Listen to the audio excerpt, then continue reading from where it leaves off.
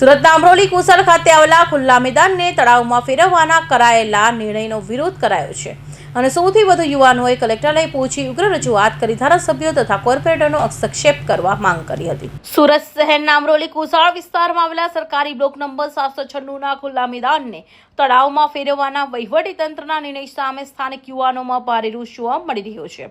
આજે મોટી સંખ્યામાં યુવાનો અને સ્થાનિક રહીશો ભેગા મળી કલેક્ટર, મામલતદાર અને ભૂસ્તર શાસ્ત્રીને આવેદનપત્ર પાઠવી આ કામગીરી તાત્કાલિક અટકાવવાની માંગ કરી છે।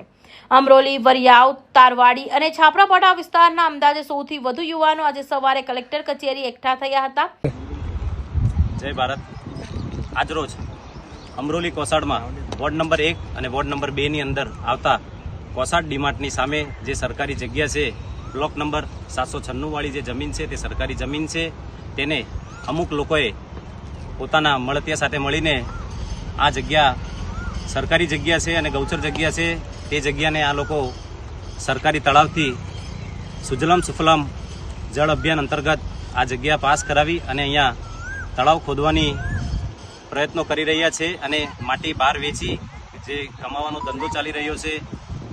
આ તળાવ થકી આ તળાવ નથી, માત્ર એક સરકારી જગ્યા છે અને આ જગ્યા અમારા આજુબાજુના 1,57,000 વસ્તી ધરાવતા એરિયામાં આજુબાજુના 15 કિલોમીટરની ફરતે કોઈ જ સરકારી જગ્યા નથી કે મેદાન નથી, જેથી અહીંયાનો યુવાન રમી શકે, મોજ મસ્તી કરી શકે અને અહીંયા તમામ પ્રકારના જે પણ આજુબાજુની વસ્તી રહે છે તેઓ અહીં ક્રિકેટ રમવા આવે છે, વોલીબોલ રમે છે, કબડ્ડી રમે છે। એક બાજુ સરકાર જાહેરાત કરે છે ખેલેગા યુવા તભી તો બઢેગા યુવા, પણ યુવાનોને જોતી નથી અને માત્ર પોતાના નિજી સ્વાર્થ માટે આ જગ્યા અમુક ખનિજ માફિયાઓને સરકારી તળાવ બતાવીને વેચી દીધી છે।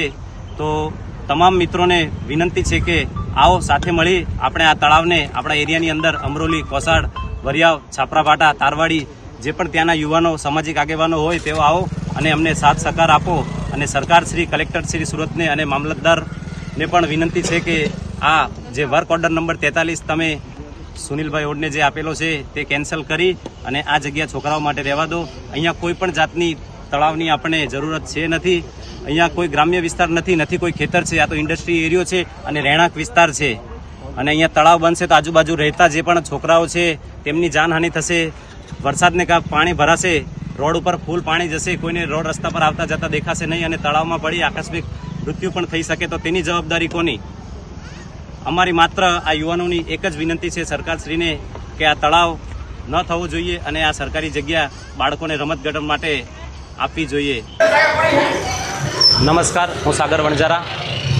આપણે ward number 1, ward number 2 Amroli, Variyav, Tarwadi, Chhaprapata યુવાનો માટે જે સરકારી જગ્યા છે બ્લોક નંબર 796 વાળી, ત્યાં રોજે સવારે 100 થી 200 યુવાનો ત્યાં મેચ રમે છે, સરકારી પરીક્ષાઓની તૈયારી કરે છે અને એ યુવાનો દરરોજ ત્યાં રમે છે, તેમના ભવિષ્ય સાથે ચેડા થઈ રહી છે।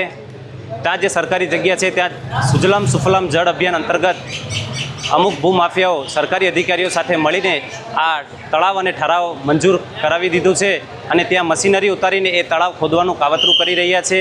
આજે અમે સૌ 100 થી 50 યુવાનો ત્યાંના રહીશો અમે ત્યાં આવેદનપત્ર આપવા આવ્યા છીએ કલેક્ટરશ્રીને, મામલતદારશ્રીને અને ભૂસ્તર શાસ્ત્રીશ્રીને આવેદનપત્ર આપીએ છીએ કે આ સરકારી જે જગ્યા છે એ ખાલી મેદાન જ રહે, તળાવ ન ખોદાય અને યુવાનોના ભવિષ્યની ચિંતા કરી આ કામગીરીને મંજૂરી ન મળે તેવી અમે આશા રાખીએ છીએ। આ જે જગ્યા છે ત્યાંથી 300 મીટરના અંતરે અમારી પાસે સરકારી તળાવ છે, ત્યાં તમામ સુવિધા છે અને ત્યાંના અમારા આજુબાજુ જે રહીશો છે એમને તળાવની કોઈ જરૂર નથી અને આ જે પણ કંઈ થઈ રહ્યું છે એ અચાનક અને આટલું જલ્દી થઈ રહ્યું છે, તેથી અમે આ કામગીરી હાથ ધરી રહ્યા છીએ। સરકારશ્રીને નમ્ર અપીલ છે કે આ કામગીરી બંધ કરે। આજુબાજુ ઇન્ડસ્ટ્રીયલ એરિયો છે, રહેણાંક વિસ્તાર છે અને વરસાદને કારણે જો અહીંયા તળાવ ખોદાશે અને વરસાદી પાણી ભરાશે, પાણીના કારણે મચ્છરનો ઉપદ્રવ થશે અને જાહેર જનતાને અમુક બીમારીઓનો સામનો કરવો પડશે તથા ત્યાં કોઈ પણ અકસ્માત રહેશે તો એની જવાબદારી કોની? એક આ મેદાન અમારા યુવાનો પાસે છે, એ મેદાન રહેવા દો અને આ મેદાન તળાવ ન બને તેની સાવચેતી રહે તે માટે અમારા ધારાસભ્ય, કોર્પોરેટરો અને સરકારશ્રીની નમ્ર અપીલ છે। એવી અમે આશા રાખીએ છીએ કે આ મંજૂરી કેન્સલ થાય। સાગર વણઝારા અને અન્ય યુવાનો અગ્રણીઓ આગેવાનીઓમાં તંત્રને રજૂઆત કરવામાં આવી હતી કે વર્ષોથી આ સરકારી મેદાનનો ઉપયોગ યુવાનો ક્રિકેટ રમવા અને સરકારી ભરતીની પરીક્ષા માટે શારીરિક તૈયારી કરવા માટે કરી રહ્યા છે. હવે આ મેદાન છીનવી લેવાનો પ્રયાસ થઈ રહ્યા છે, જેથી યુવાનો દ્વારા ધારાસભ્યો અને કોર્પોરેટરોને હસ્તક્ષેપ કરવા માંગ કરી હતી. Bureau report, Hind TV news, Surat.